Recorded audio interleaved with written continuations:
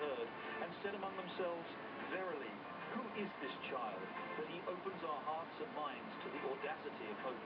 In the great battles of Caucasus and Primary, he smote the conniving Hilary, wife of the deposed king Bill the Priapic, and their barbarian hordes of working-class whites. And so it was, in the fullness of time, before the harvest month of the appointed year, the child ventured forth, for the first time, to bring the light unto all the world. Thank you. He travelled fleet of foot and light of camel, with a small retinue that consisted only of his loyal disciples from the tribe of the Media. He ventured first to the land of the Hindu Kush, where the Taliban had harbored the viper of Al-Qaeda in their bosom, raining terror on all the world. And the child spake, and the tribes of NATO immediately loosed the caveats that had previously bound them. And in the great battle that ensued, the forces of the light were triumphant. For as long as the child stood with his arms raised aloft, the enemy suffered great blows, and the threat of terror was no more. From there he went forth to Mesopotamia, where he was received by the great ruler Al-Maliki.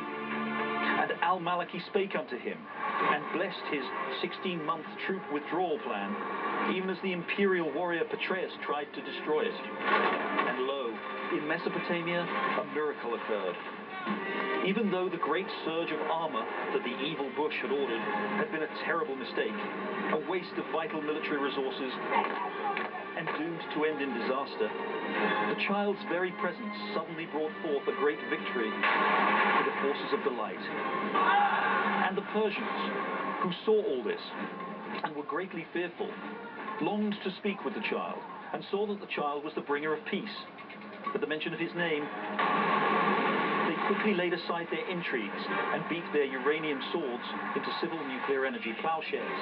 From there, the child went up to the city of Jerusalem and entered through the gates seated on an ass.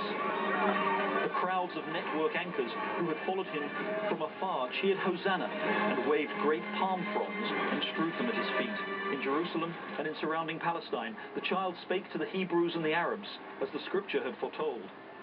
And in an instant, the lion lay down with the lamb. The Israelites and the Ishmaelites ended their long enmity and lived forever after in peace. As word spread throughout the land about the child's wondrous works, people from all over flocked to hear him. Hittites and Abbasids, Obamacons and Mechaniacs, Cameroonians and Blairites. And they told of strange and wondrous things that greeted the news of the child's journey. Around the world, global temperatures began to decline, and the ocean levels fell, and the great